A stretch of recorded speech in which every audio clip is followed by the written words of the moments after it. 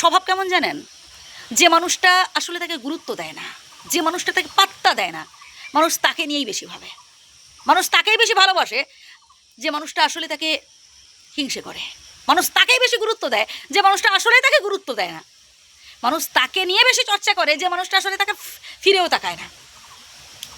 যতক্ষণ আপনি নিজের কথা ভাবছেন, যতক্ষণ আপনি নিজেকে গুরুত্ব দিচ্ছেন, এই সংসারে কেউই আপনাকে গুরুত্ব দেবে না। কথাগুলো শুনতে হয়তো খারাপ লাগতে পারে, বাট এটাই বাস্তব। সর্বপ্রথম নিজের কথা বুঝুন, নিজের ভালোটা বোঝার চেষ্টা করুন।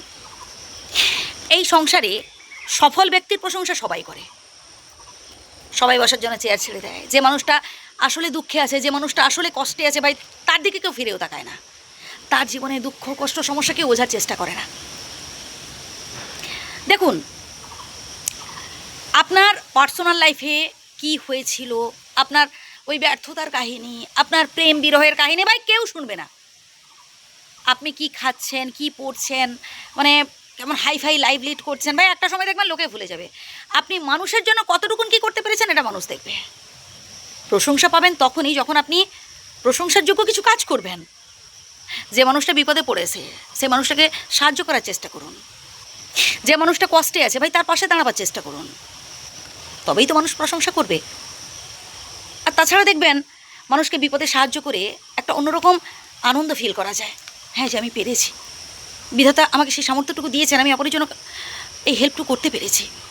বিধাতার কাছে প্রার্থনা করবেন যাতে সবসময় মানুষের বিপদে পাশে থাকতে পারেন। আপনার সামর্থ্য অনুযায়ী, আপনার 10টা টাকা দেওয়ার সামর্থ্য, আপনি 10 টাকাই দেবেন। আপনার বুদ্ধি দিয়ে সাহায্য করার সামর্থ্য রয়েছে, আপনি বুদ্ধি দিয়ে সাহায্য করতে পারেন, বাহুবল দিয়ে সাহায্য করতে পারেন। যে মানুষটা বিপদে পড়েছে, যার সত্যি প্রয়োজন, তবে ওই তেলা মাথায় তেল দিতে যাবেন না। যার সত্যি প্রয়োজন তাকে সাহায্য করুন। মানুষের স্বভাব আছে তো এটা, তেলা মাথায় তেল দেওয়া। মানে যার প্রয়োজন নেই তাদের উপচাচক হয়ে জিজ্ঞেস করি, ভাই তোমার কিছু লাগবে? আর যে মানুষটার সত্যি প্রয়োজন, তার দিকে ফিরেও তাকায় না। কি ভুল বলছি কিছু? একটু ঠান্ডা মাথায় ভাববেন কথাগুলো। আমি চাই আপনি জীবনে সফল হন, ভালো কিছু অ্যাচিভ করুন।